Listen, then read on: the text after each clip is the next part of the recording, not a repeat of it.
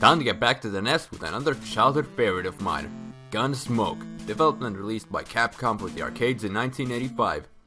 You know, back when Capcom was actually decent, and not the pile of fucking cow dung it is today. A later port to every known and not known platform that was out during the time. I mean, look at this shit. What in the fuck is an Amstrad CPC? That was a thing? Apparently. Before anything else, the story narrated by my sexy ass voice. The year was 1849 in a small town called Hicksville. Really? Hicksville? Redneck town, hillbilly suburbia, and Saint races already taken. I mean, I'm all for not judging a book by its cover, but I'm guessing Mexicans and black people are not welcome there. Where the pioneers worked during the gold rush era. One day, a group of outlaws known as the Wingates? Shabba-dabba-ding-dongs? Came into town, killed the sheriff, and took over the town. The blanks raided town every day and terrified the people in Hicksville. Hopefully this gang would also change the town's goddamn name. Then came a lone gunman in the windy afternoon, with the sunset behind him. Wait, how come the sun was already setting if it was only the afternoon? Save the town. Save the people of Hicksville. I really think there should have been a comma somewhere in that, but okay. From the you-know-whats. And if you read the manual, quickly you find out that the lone gunman's name is Billy Bob. Oh shit! Bad Santa's come to kick the shit out of these outlaws. Why do you have two beards? That's none of your fucking business. Gun.Smoke is a top-down, auto-scrolling shooter. You can shoot to your left and right sides, or when pressing both A and B together, fire straight in front of you. You can move around freely with the D-pad, and for the most part the game controls fine. Only thing that's iffy with me, I'm pretty sure that's how the word is used, is when there's some obstacles you need to move alongside, and sometimes get stuck to them. You just get that feeling that there's some bullshittery afoot. I've always loved Wild West games. Sunset Riders, Desperados, Red Dead Redemption, I'll take it all. It might have something to do with my dad really liking Western movies. Who knows? And it's time for the boss roll call. We got Bandit Billy Mays, Cutter Boomerang Coanger, a Native American chief that I always thought was a really ugly ass chick. Fat Man from Metal Gear Solid 2, Mexican stereotype with a really shitty name, and lastly, Autistic Faggot. First level is the town of Hicksville. Really good opening level. The enemies are pretty easy to deal with, and the game gives you plenty of power-ups early on. The best character in the game also makes his debut here. Blue Guy. Who is Blue Guy? This is Blue Guy. He always jumps in, keeps hopping, and never tries to shoot you. I love this guy. But I have to kill his ass. Why? Because as we all know, blue is the color of communism. Heil Papa Smurf. The items you can find are boots to make you run faster, rifles to make you shoot farther, bags of money, How, which kills all enemies on screen, 2 kinds of yashichis, and yes, that's what they're called. How it's pronounced is a whole nother can of worms I'm not opening. Blue ones which make you invincible for a while, and red ones that give you a 1-up. And lastly, a horse. A horse is a horse, of course, and no one can talk to a horse, of course, that is, of course, unless the horse is the famous Mr. A. You know, I almost felt bad at how easy that joke was. But then, I remembered what a lazy piece of shit I am. So I didn't. The horse gives you some more mobility, but more importantly, it can take 2 hits before going down. Oh yeah, you by yourself die from 1 hit. So the horsey really becomes your best friend. Each level will have 2 citizens, one selling you weapons and the other items. The weapons are shotgun, which is really nice for the levels because of its wide range, machine gun that's decent in most situations, magnum which fucking melts down boss health bars, and the smart bomb, which is just your normal gun, but if you get hit while having it equipped, you don't die and all the enemies take a hit. Though you have to buy it again if you want to use it another time. You can buy the weapons and items with the bags of money you find, beating the bosses, and just killing any of the enemies. You know, it's the age-old saying, kill bitches, get money. The most important item in the game is the wanted poster, because without it, you can't face the boss. Instead, the level will repeat until you get it. You can either buy the poster for a pretty hefty amount of cash, or find it in the level by shooting at it, and making it appear.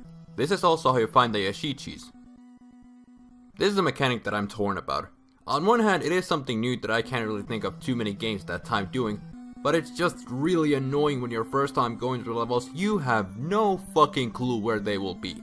They're always in the same place in each playthrough, and if you're shooting at it, a sound effect will happen, making it a little easier to deal with. The yashichis I can understand being hidden like this since they're just there to give a little extra help, but not an item that's necessary for beating every level. If you get a game over, you lose all of your money, and if you die while having any of the Bible weapons equipped, you lose that too.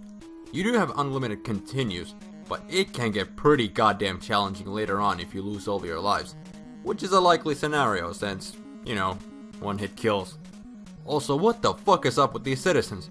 They say they're on your side, but will only sell their stuff to you for a shit ton of money.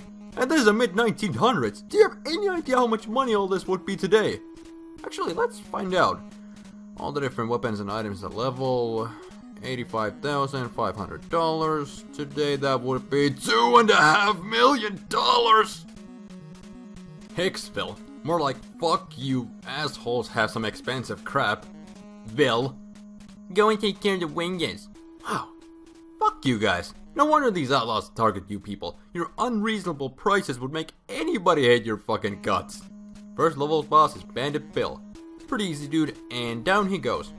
Ah! Yeah, I'm adding my own death noises to these guys. What could possibly go wrong? After beating a boss, Billy Bob shoots their wanted poster with his 6-shooter. Doesn't affect anything, but man, after beating some of the later stages, it's just so fucking satisfying. Yeah, get fucked. Like you know you're about to take the biggest shit, and when it expels from your rectum, it doesn't hurt one bit, just Second stage is the Polders, and again, not that hard and pretty fun time. Too bad that even if you finish the earlier stage with the horse, you lose it when you start the next level. This stage introduces these cattle skulls. If you touch it, it drops your gun and boot bars down by 1. I have never understood the point of weapon downgrades in games. First time you're bound to take at least one, but then you notice what it does and you know to avoid it, so what's the point? The level's boss is Cutter Boomerang. He can be a little tricky since his boomerang's movements are a little unpredictable, but nothing too bad. Level 3 Comanche Village, and hey look, it's a white guy killing a bunch of natives. On second thought, I probably shouldn't have finished that joke because, oh boy, oof. Here's where the difficulty ramps up. Since the enemies start coming from your back too, and you can only shoot forward, you gotta learn to maneuver around them and lure the jackasses upwards. Other than that, the level is pretty basic, though the boss Devil Hawk is far easier compared to the level. Just keep your distance and done deal. That was kinda weird, but I guess it still works. Fourth level is Death Mountain. All the right, lazy bastards. Again, the difficulty is ramping up. But one thing that I really don't like about this level is that in a lot of places the mountains cover such a good chunk of the screen, it makes dodging enemies, especially the ones that come from behind you, a lot harder than it needs to be. But the boss of this place, Ninja, is a complete pushover. Just keeps popping in and out and maybe sometimes throws a star that barely goes anywhere. Fraying and baying. Okay, now that wasn't even a death sound. Get your shit together.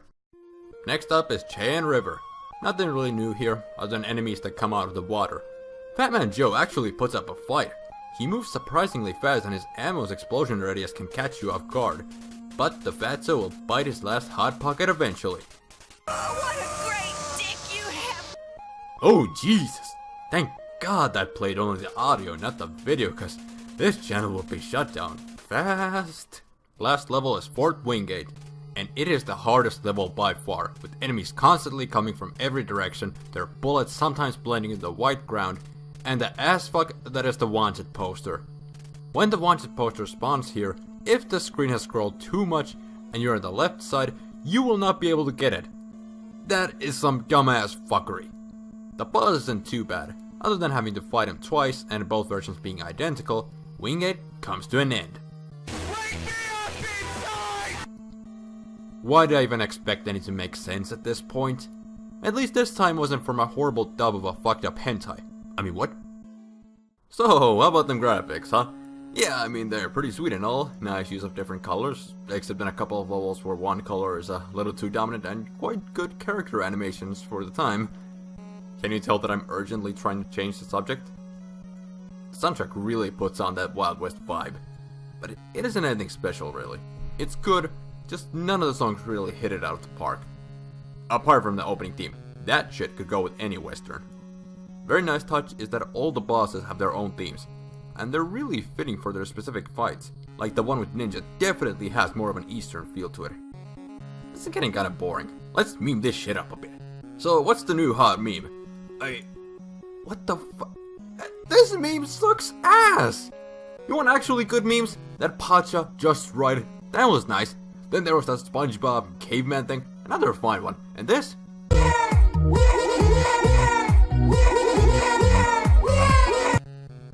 It took me a while to get into it, but I eventually understood the genius of it. Why do I even try to talk about anything relevant in a video about a game that was released butt-fuck years before I and most people watching this were even born? All you need to ask yourself is, do you like classic 2D shooters? If your answer is yes, then congratulations, you are one of cultured mind. And most likely a lonely fuckwit like me, so not congratulations.